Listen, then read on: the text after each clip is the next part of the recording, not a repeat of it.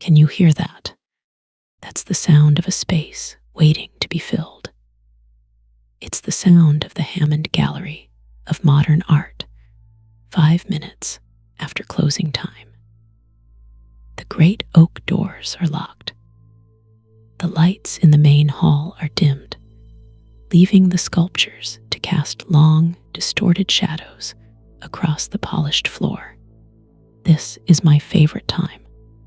My name is Elizabeth. I am a docent here, have been for 12 years. I know every brushstroke on every canvas, every chip in every marble statue. I know which floorboard in the West Wing creaks and which skylight leaks when the rain comes from the east. I also know the rules. The rules you don't find in the employee handbook. The rules the night guards whisper to each other over steaming cups of coffee, their eyes darting toward the dark corners of the security office. Rule number 1. Never be alone in the oceanic exhibit after dark. The sound of the wave machines can play tricks on you, make you hear voices in the static. Rule number 2. If you smell ozone and gardenias near the 18th century portraits, walk away. Do not look at their eyes. They blink when you're not looking. But the most important rule, the one etched into the very foundation of this place, is about the newest exhibit. The one in the old, restored wing. It's simply called the self-portrait. It's a small painting, unassuming. A blurred face in muted tones, seemingly painted on a foggy mirror. The placard beside it is blank, except for the title. The rule is this: you do not look at it for too long. A glance is fine, a moment of appreciation, but you do not study it. You do not try to find the details in the blur. The night guard, Ben, found this out the hard way. He called me last Tuesday, his voice a shaky mess on the phone. Elizabeth, you gotta come down here. It's in the East Wing. Something's wrong with the new painting. I went. Of course I did. This is my gallery. I found Ben pale and sweating, staring at the door to the East Wing from the safety of the main hall. He wouldn't cross the threshold. I was doing my rounds, he stammered, not taking his eyes off the corridor. I shined my light on it, like always, just a quick sweep. But tonight, I stopped. I couldn't look away. I kept trying to see it. The face. It's like it's almost clear, you know. Almost familiar. What happened, Ben? I asked, though a cold knot was already tightening in my stomach. It had focused, he whispered. For just a second, the blur sharpened. And it was me, Elizabeth. It was my face. But wrong. My eyes were gone, just black holes. And it was screaming. No sound, but I could see it. I could feel it. He finally turned to me, and I saw true, unadulterated terror in his eyes. I ran. I didn't look back, but I could feel it, watching me from the dark. Ben hasn't been back to work since. He says he sees the face in every window, every dark screen. I should have heeded his warning. But a docent's curiosity is a powerful, foolish thing. The gallery is my home, and something in it was misbehaving. So I began to watch it. Not for long, just a minute each night after closing. I would stand before the self-portrait, and I would wait. The first night, nothing. Just a smear of gray and white paint. The second night, I thought I saw the shape of a jawline solidify for a moment. My jawline. The third night, the mouth formed. It was my mouth, set in a grim line. It didn't move. It was on the fourth night that the rule was truly broken. I stood there, the only sound my own heartbeat in my ears. And I stared. I didn't just glance. I studied. I leaned in, trying to force the image to resolve, to prove to myself it was just a trick of the light and a tired mind. And the painting leaned in two. The entire surface of the canvas seemed to bulge outward toward me, the oils swirling like mist clearing from glass.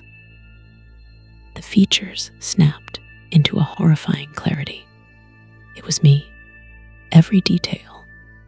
The little scar on my chin from a childhood fall, the faint crow's feet by my eyes, but the expression was one of utter, abject despair.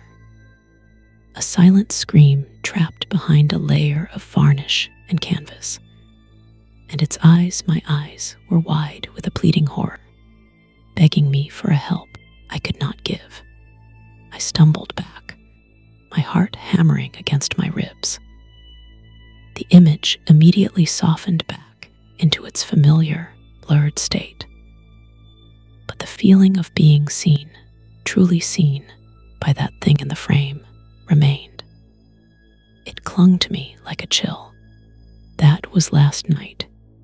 Tonight, everything is different. I'm here now. It's 1:17 a.m. The gallery is silent, but it's a different kind of silence. The rules have changed. The painting is no longer content to be watched. It wants to watch back. I'm standing in the main hall. The security monitors are all dark, not offline, just black, as if the cameras are pointed at a wall of velvet. All except one, the feed from the camera in the East Wing. It shows a perfect, clear image of the self-portrait. On the screen, the face is no longer blurred. It's my face, calm and smiling. It's watching the security feed. It's watching me. And the other exhibits, they're behaving strangely. Do you hear that? That's the marble statue of the weeping woman in the Renaissance Hall. Her head is turning. Very, very slowly. She's not looking at me. She's looking down the corridor toward the East Wing, as if she's waiting for something. In the oceanic exhibit, the recorded wave sounds have stopped. In their place is a low, rhythmic whispering. It sounds like it's counting. 7, 8, 9. The smell of ozone and gardenias is everywhere now. It's so strong it makes my eyes water. I can see the figures in the portraits in my peripheral vision. They're no longer staring serenely out of their frames. Their heads are all turned. Their eyes, wide and unblinking, are all fixed on me. I am no longer the docent. I am the exhibit.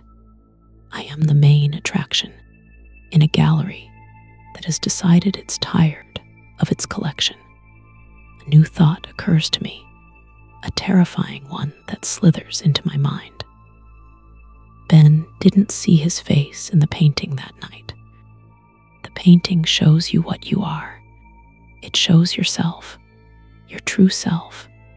It showed Ben his fear, his mortality. What did it show me? My own despair. My own silent scream, trapped in a routine, in a life spent wandering empty halls. The lights in the East Wing just flicked on. One by one, the track lights are illuminating the path. A path from the self-portrait to me. The whispering from the oceanic exhibit has grown louder. It's not counting anymore. It's chanting a single word over and over. Come, come, come. The scraping from the statue has stopped. I don't dare look to see why. The face on the security monitor is still smiling. It's my smile, but I've never smiled like that.